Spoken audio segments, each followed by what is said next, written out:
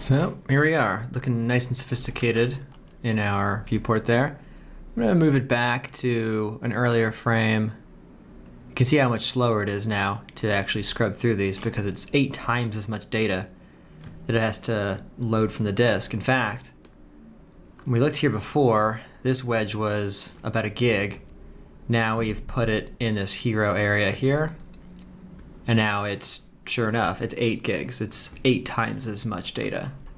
And remember, this is 8 gigs only because we did that compression. It would have been probably upwards of 65 gigs or so if we had not. Not the end of the world if you have a huge hard drive, but we might as well have things be like this if we are going to be doing wedges. So in any case, I'm going to come and bring it down to like frame 30. I just want kind of a nice mixture of fire and smoke here. Let us start to set up our rendering. It's exciting that we're moving on to the rendering finally. Let's see. Explosion, or I should say RNDR explosion. Following the kind of standard thing we've been doing. Come over to our out area. Now we'll make a mantra node. In the mantra node, we'll point to that. To get rid of the candidate objects. Force can be render explosion. We're definitely going to want to override camera resolution for now. Half resolution will be good for us. We can save our stuff to, I guess we'll just keep using the data area. I'll say data slash mantra to distinguish it from the OpenGL renders. And I don't know if we'll be wedging these renders or not with mantra. If we do, we'll come back here and put the whole W wedge thing. But for now, I'm just going to do this. Very good. We need a frame range, of course. This is physically based rendering. I'm not going to turn on a motion blur for now. At the very least, it just takes more time, and we certainly don't really care about that much. We also know there's not like a whole lot of velocity in this.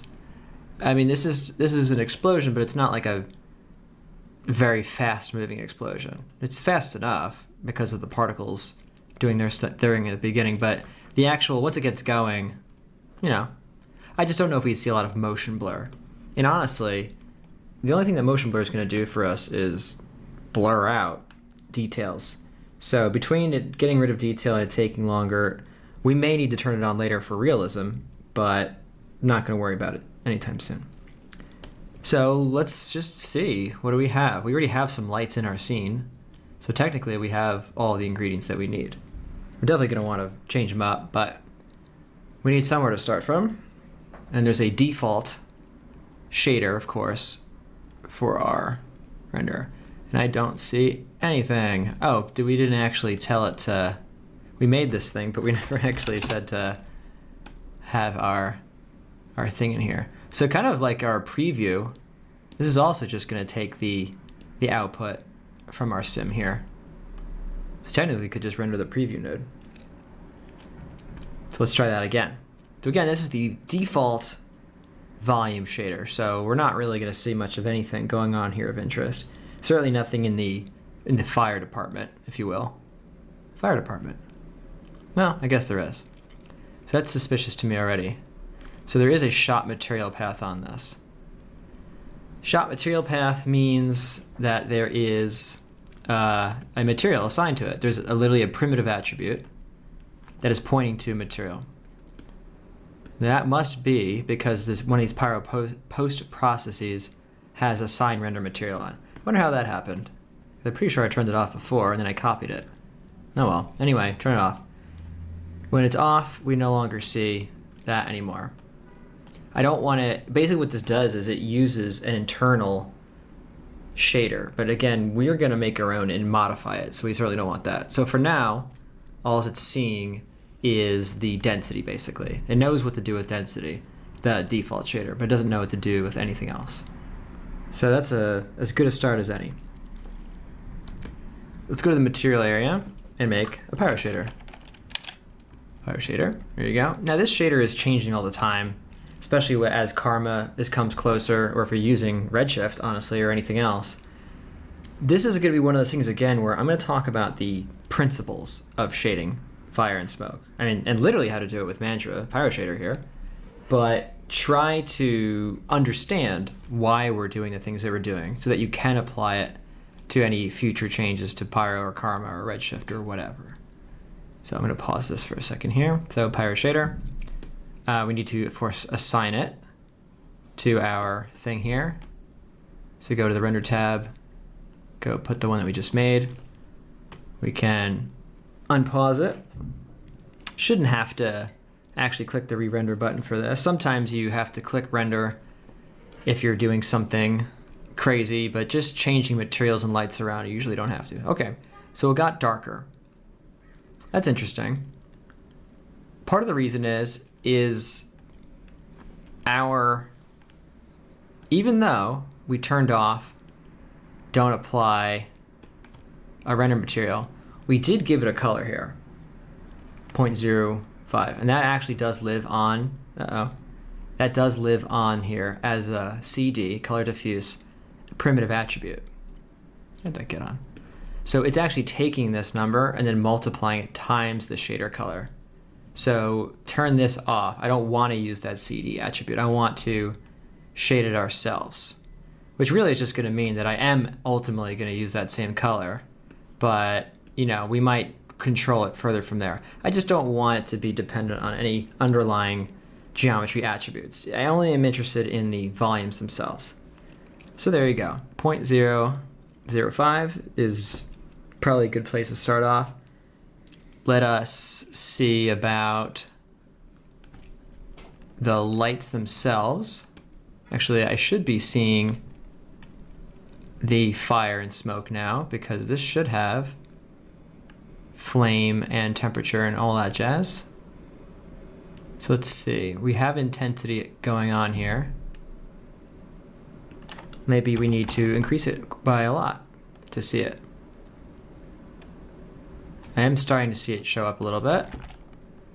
There it is. So it's quite drowned out apparently by this smoke. I could probably bring the smoke down to see it easier, or we could continue to raise the fire intensity on here. Probably a good rule of thumb would be to kind of emulate what we have here. So I'm just going to say 1, 100. The temperature scale for some reason is 0.2. It should probably just be brought up to 1. I just want the temperature to be the temperature and not be scaled down. And look, that was probably where, that seems to be where it all went, was the temperature scale being reduced. So, okay. So we're kind of emulating what we came up with here. The temperature at K is 3, it's 0 now for some reason. Temperature at 1 is 2000. So just to, again, kind of more or less match this, even though, as I've stressed, we will be changing a lot. But so looking here, looking at our viewport, this is what we have, and this is what our render looks like. I mean, it's similar. This is more correct. I mean, this was never going to look 100% correct out here. But this is probably more or less right. That said, we're not slaves to it. I can bring this down to 0. I could push this higher to make it brighter or something, make it more orange, something like that.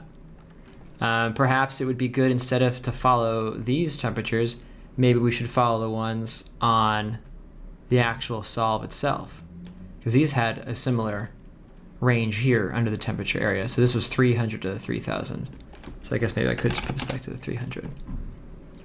So something like that. Okay. I mean, there's no limit to, you know, what we might do with this, but this is good enough for now.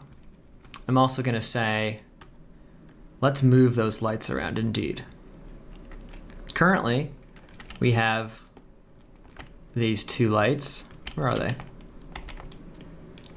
For some reason they're not showing up. There it is. That was strange. Just turned them off and turned them on again. Made it show up. I don't want these lights to be coming from the front anymore. We were doing that before when we were doing that to get our actual OpenGL render to look nicer. Now I kind of want them to just be coming down straight from the side, meaning like I want them to provide kind of an outline A lot of the other color is going to come from the explosion itself and from the environment light we're going to make. But the role of these these supporting lights, I'll call them, really should just be coming directly down from the side. So in that way, I want them to have no rotation in the y-axis, in the up and down. I want them to come straight down on the side. That's cool. And same thing on this side. I basically just want to have it be something like that. Or again, this will be 180 degrees. Again, just so that it's aligned with the axis there. Something like that.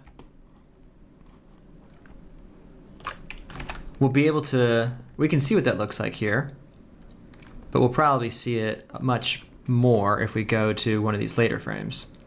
So I'm just gonna fly over to frame 63 for a minute there, and we should be able to see blue, cool light on the left and warm orange light on the right. This is kind of almost a cliche when it comes to making explosion turntables, if you will, or just explosion demos. The blue, again, blue left side, warm right side. So, but let's do it too. It's a cliche for a reason. It kind of looks nice. You can also really see how nice that diffuse smoke actually looks. You know, this is frame 56. If we were to look at frame 56 in our flipbook here, it looked like that. You know, sometimes you have to see this and know that you're going to get something that's kind of looking like that, but perhaps better or worse. In this case, a lot better, I think. We get this nice delicate diffusion here, which is really, really nice. So that's pretty much it for our distant lights, I think. They're both pretty bright at an intensity of 2, but honestly, we're dealing with a dark smoke color, so that's probably the correct thing to do. I'm going to go back to frame 30 though, and continue along that journey. Actually, I immediately changed my mind. Let's go back to 60, and let's make that environment light, because a lot of these lights are mostly going to show up on the smoke. They're not going to show up on the fire. The fire is its own light. So let's say I'll take a snapshot of that, pause it. Environment light. Environment light is, you know, like a dome light. It's a sphere. It's a dome if you choose clip to positive Y hemisphere, which we will, because there is going to be a ground plane, so we don't care what's below Y equals 0. But in any case, it's a light that's going to be applied all around it. We probably talk about that endlessly in previous volumes lessons, so I'll spare you. Go to HFS, Houdini pick HDRI for some built-in ones. You can use your own if you want, but these are as good as any for this lesson. So I'll unpause it. Now we'll see a lot more light kind of probably everywhere. So you can see more light. We should probably see even more light. We'll double that. So we can see we have more light. We can even turn off the distant lights if you wanted to just see the environment light. And you can see it there now.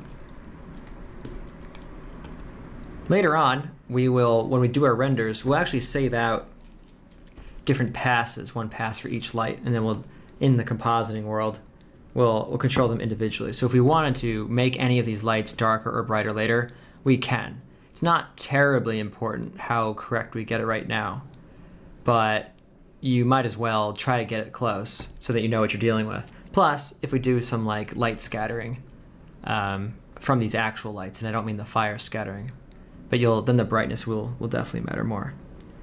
In the meantime, that's a good start. All these frames, we have something. We got something going on. We have a basic lighting setup.